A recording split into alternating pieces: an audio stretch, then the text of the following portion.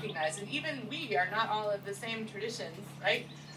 That we have a wide diversity of spirituality and faith and understanding of how we're connected to the earth in different ways as a family. We come out of this Lutheran tradition of George Weller, right?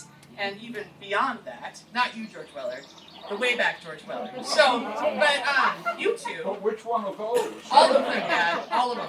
So, but I just feel that it was really important to acknowledge, we realize that not everyone's comfortable with Christianity as a whole, and a lot of the time, don't blame you, honestly. So, me either. So, we just wanted to make sure that you know that we hope that you will participate as much or as little as you're comfortable in the singing and the praying.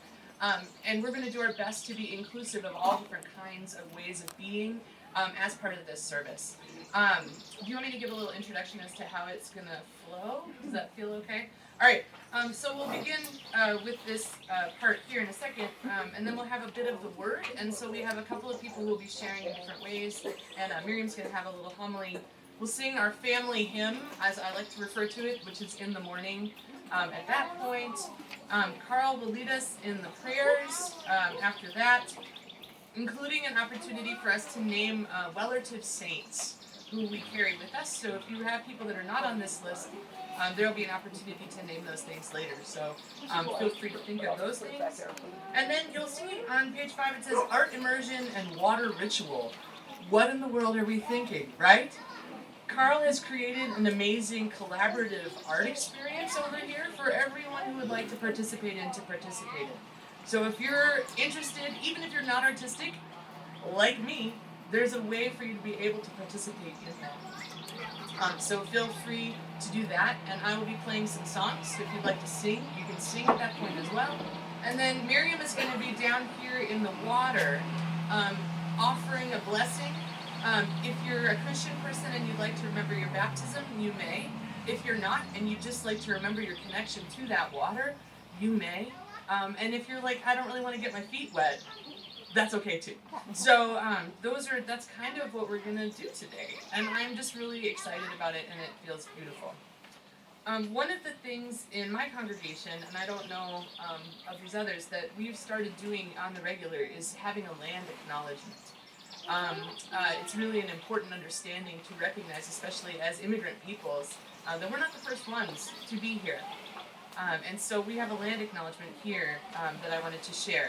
But before I do that, Miriam reminded me that 100 years ago was when the first Lutheran chapel services were held in the front lawn of our cottage. And so here we are on this same dirt with probably the same tree connected to those times when it was just neighbors, when it was the Triers and the Brenningers and the Cruzies, and they weren't even those yet then, right? And so we would gather here and have worship in the summer, I imagine, kind of like this.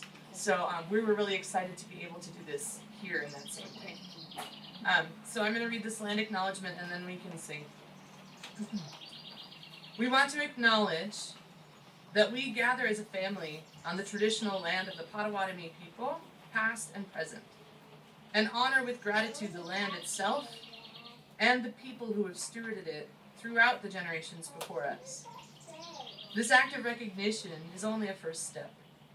We have much to learn about the long-standing history that has brought us to reside on this land, and to seek to understand our place in that history. We commit to continuing to learn about our role in colonialism, its past, its present, and its ongoing process, and how we can seek to dismantle it. And all God's people said, yes. Let's sing.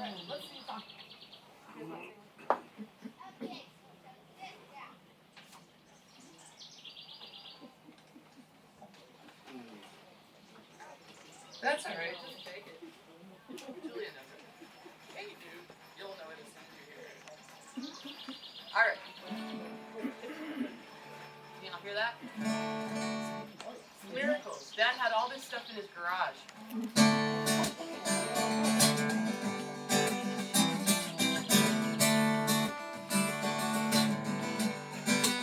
It goes like this. Oh,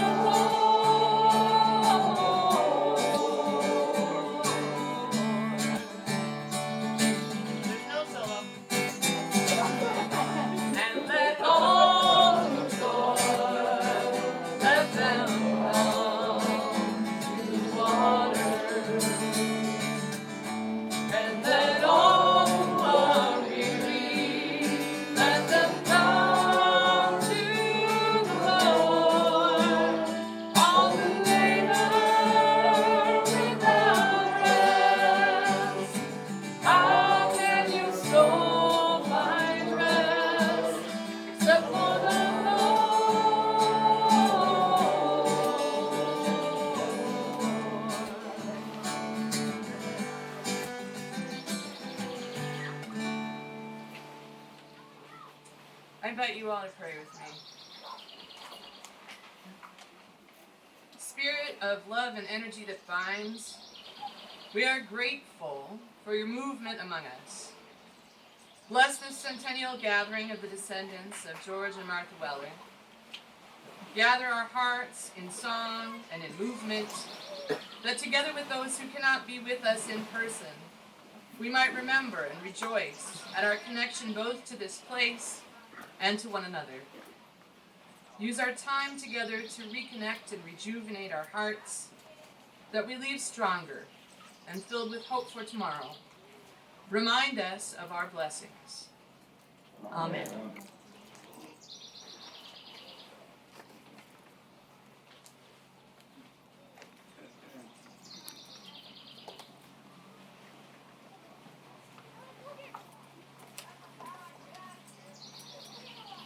Reading from Isaiah chapter 55, verses 1 to 3a.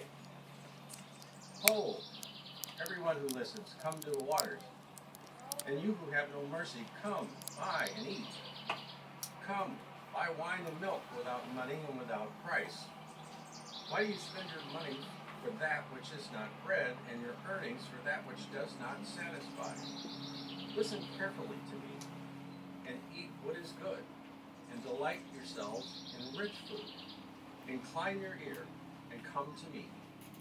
Listen so that you may live. And I will make with you an everlasting covenant, my steadfast, sure love for David. The word of the Lord.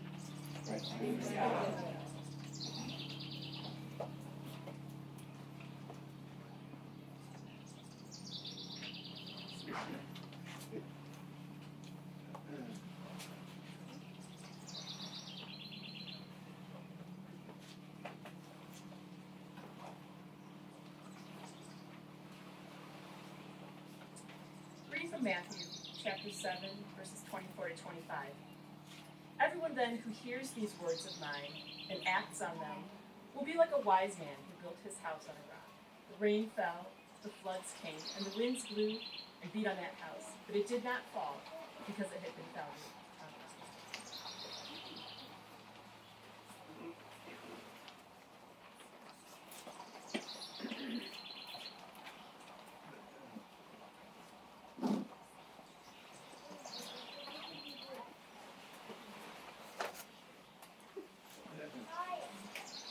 Good morning, everyone.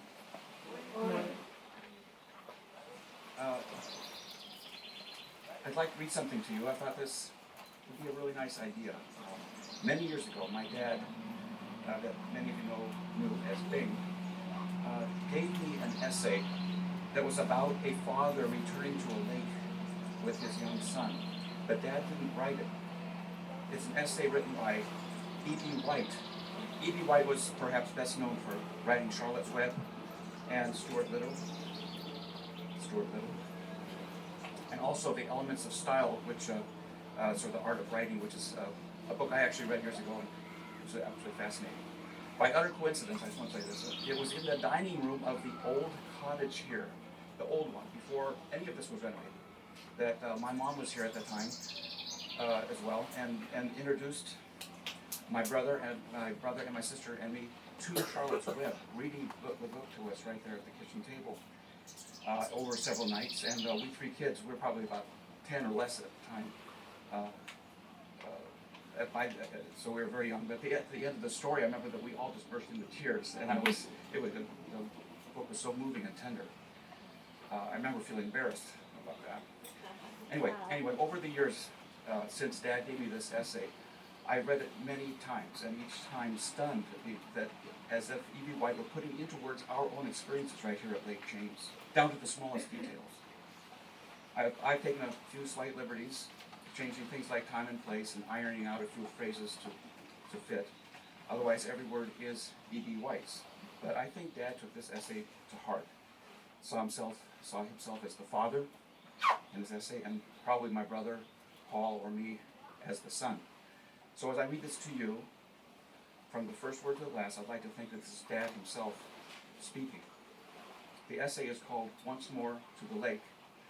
I think these words will ring familiar with any dads with us here today.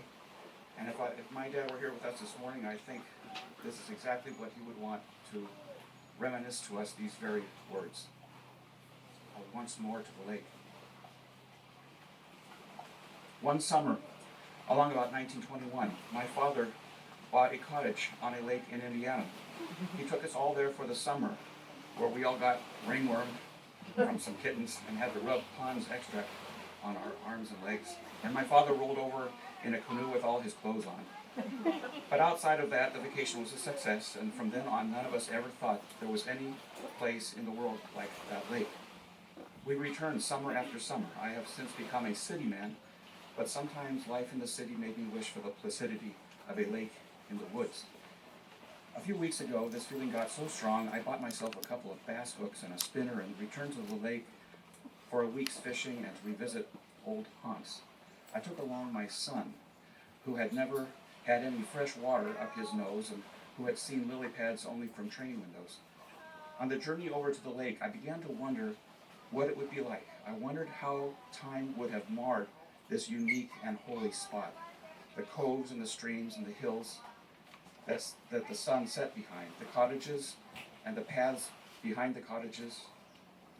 It is strange how much you can remember about places like that once you allow your mind to return to the grooves that lead back. You remember one thing and that suddenly reminds you of another thing. I guess I remember clearest of all the early mornings when the lake was cool and motionless.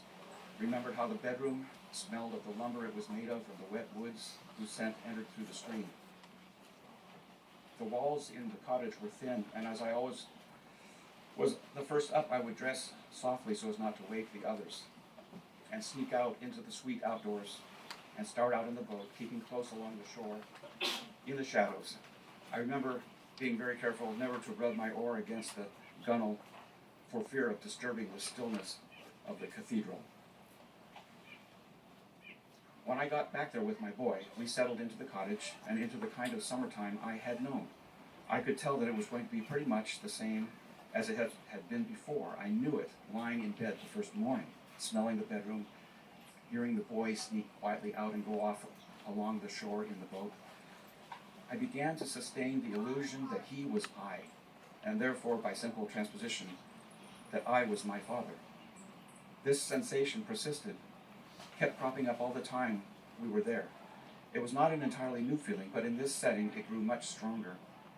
I seemed to be living a dual existence. I would be in the middle of some simple act. I would be picking up a bait box or laying down a table fork, or I would be saying something, and suddenly it would not be I, but my father who was saying the words or making the gesture. It gave me a creepy sensation. We went fishing the first morning.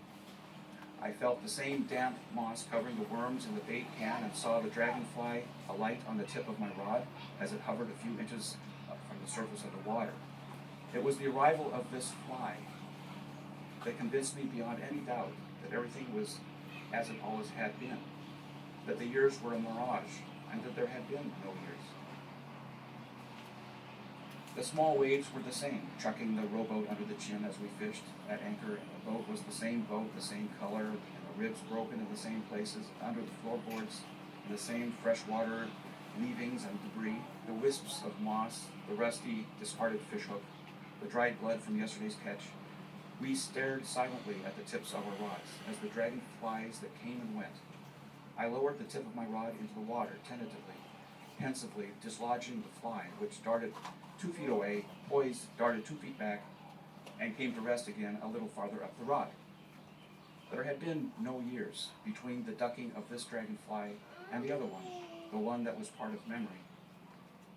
I looked at the boy, who was silently watching his fly, and it was my hands that held his rod, my eyes watching. I felt dizzy, and I didn't know which rod I was at the end of. When we got back for a swim before lunch, the lake was exactly where we had left it, the same number of inches from the dock, and there was the only merest suggestion of a breeze. This seemed an utterly enchanted sea. This lake you could leave to its own devices for a few hours and come back to and find that it had not stirred, this constant and trustworthy body of water. In the shallows, the dark water-soaked sticks and twigs, smooth and old, were undulating in clusters on the bottom against the clean ribbed sand. A school of minnows swam by, each minnow now with its small individual shadow, doubling the attendance, so clear and sharp in the sunlight. Some members of our family were in swimming, one of them with a cake of soap, and the water felt thin and clear and unsubstantial. Over the years, there had always been someone with a cake of soap, and here they were. There had been no years. Summer without end was the background, and the life along the shore was the design. The cottagers, innocent and tranquil, their tiny docks, with the flagpole and the American flag floating against the white clouds. In the blue sky, the little paths over the roots of the trees, leading from cottage to cottage. It seemed to me, as I kept remembering all this, that those times and those summers had been infinitely precious and worth saving. There had been peace and goodness and jollity. The only thing that was wrong now, really, was the sound of the place, an unfamiliar, nervous sound of the outboard motors. This was the note that jarred, the one thing that would sometimes break the illusion and set the years moving. We had a good week at the cottage. The perch and bluegill were biting well, and the sun shone endlessly day after day. We would be tired at night and lie down in the accumulated heat of the little bedrooms after the long, hot day, and the breeze would stir almost imperceptibly outside, and the smell of the swamp drift in through the rusty screens. Sleep would come easily. I kept remembering everything from before, lying in bed in the mornings, how the girls sang, and we ate donuts dipped in sugar, and how sweet the music was on the water in the shining night, and what it had felt like to think about girls then. After breakfast, we would go up to the store, and things were in the same place. The minnows in a bottle, the plugs and spinners disarranged and pawed over by the youngsters, the fig Newton, the Beeman's gum. We would walk out with a bottle of pop apiece, and sometimes the pop would backfire up our noses and hurt. We explored the lake quietly, where the turtles slid off the sunny logs and frogs darted among the lily pads, and we lay on the dock and fed the worms to the tame bass. Everywhere we went, I had trouble making out which was I, the one walking at my side, the one walking in my pants. One afternoon, while we were there at the lake, a thunderstorm came up. It was like the revival of an old melodrama that I had seen long ago with childish awe. The second act climax of the drama of the electrical disturbance over a lake in America had not changed in any important way. This was the big scene. The whole thing was so familiar. The first feeling of oppression and heat. In mid-afternoon, a curious darkening of the sky and a lull in everything that had made life tick. And then the way the boats suddenly swung the other way at their moorings with the coming of a breeze out of the new quarter and the premonitory rumble. Then the kettle drum, then the snare, then the bass drum and cymbals, then crackling light against the dark. And the gods grinning and licking their chops in the hills. Afterward, the calm, the rain steadily rustling in the calm lake. The return of light and hope and spirits, and the cottagers running out in joy and relief to go swimming in the rain. Their bright cries perpetuating the deathless joke about how they were getting simply drenched. And the children screaming with delight at the new sensation of bathing in the rain. And the joke about getting drenched, linking the generations in a strong, indestructible chain. And the comedian who would wade it in carrying an umbrella. When the others went swimming, my son said he was going in too. He pulled his dripping trunks from the line where they had hung all throughout the shower and wrung them out. Languidly and with no thoughts of going in, I watched him, his hard little body, skinny and bare, saw him wince slightly as he pulled up around his vitals a small, soggy, icy garment. As he buckled the swollen belt, suddenly, my groin felt the chill of death.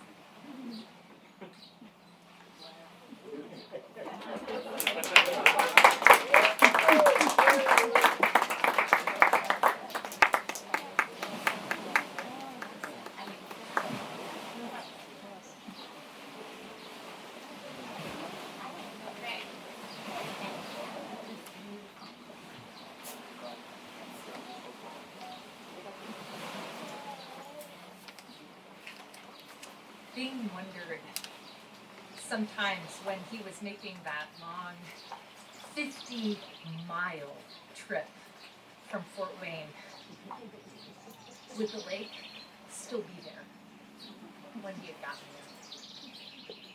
I mean, 50 miles was a long way, right? When George Weller and Fred Wolf took out a loan to buy a cottage on Lake James, everybody thought they were a little crazy.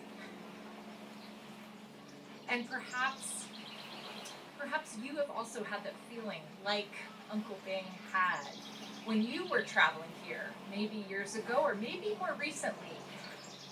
Would the lake still be here when you arrived?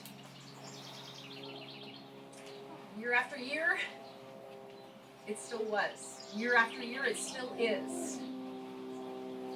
5 generations down through our family, this lake is still here.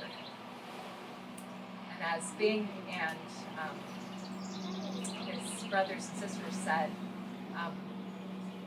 this lake, our lake, as though we were the only ones who had this lake. This lake, which is a holy place where our family has come for now 5 generations to find renewal and refreshment and reconnection with family members we haven't seen for a long time. This lake where we come to find Tom's donut mornings and afternoon hammock sits and late night card games. My favorite. Your favorite. This holy place where we come to these waters, these living waters, these waters that help us live again. And we need holy places like the lake. We need them to return to, especially when we feel particularly thirsty. And I'm not just talking about physical thirst, right? I'm talking about the thirst that we feel all the way down into our bones, into our souls. The thirst that we feel when we've been spending our money on that which is not bread, spending our labor on that which does not satisfy. When we have drunk and eaten and still we feel somehow empty. We are thirsty for something, but we're not quite sure what we're thirsty for. What will be the thing that finally slakes our thirst? We need holy places to return to when we're thirsty, but also when we feel shaky, like the ground is unsteady under our feet. When our houses, not just our houses, our lives, feel like they have definitely not been built on rock.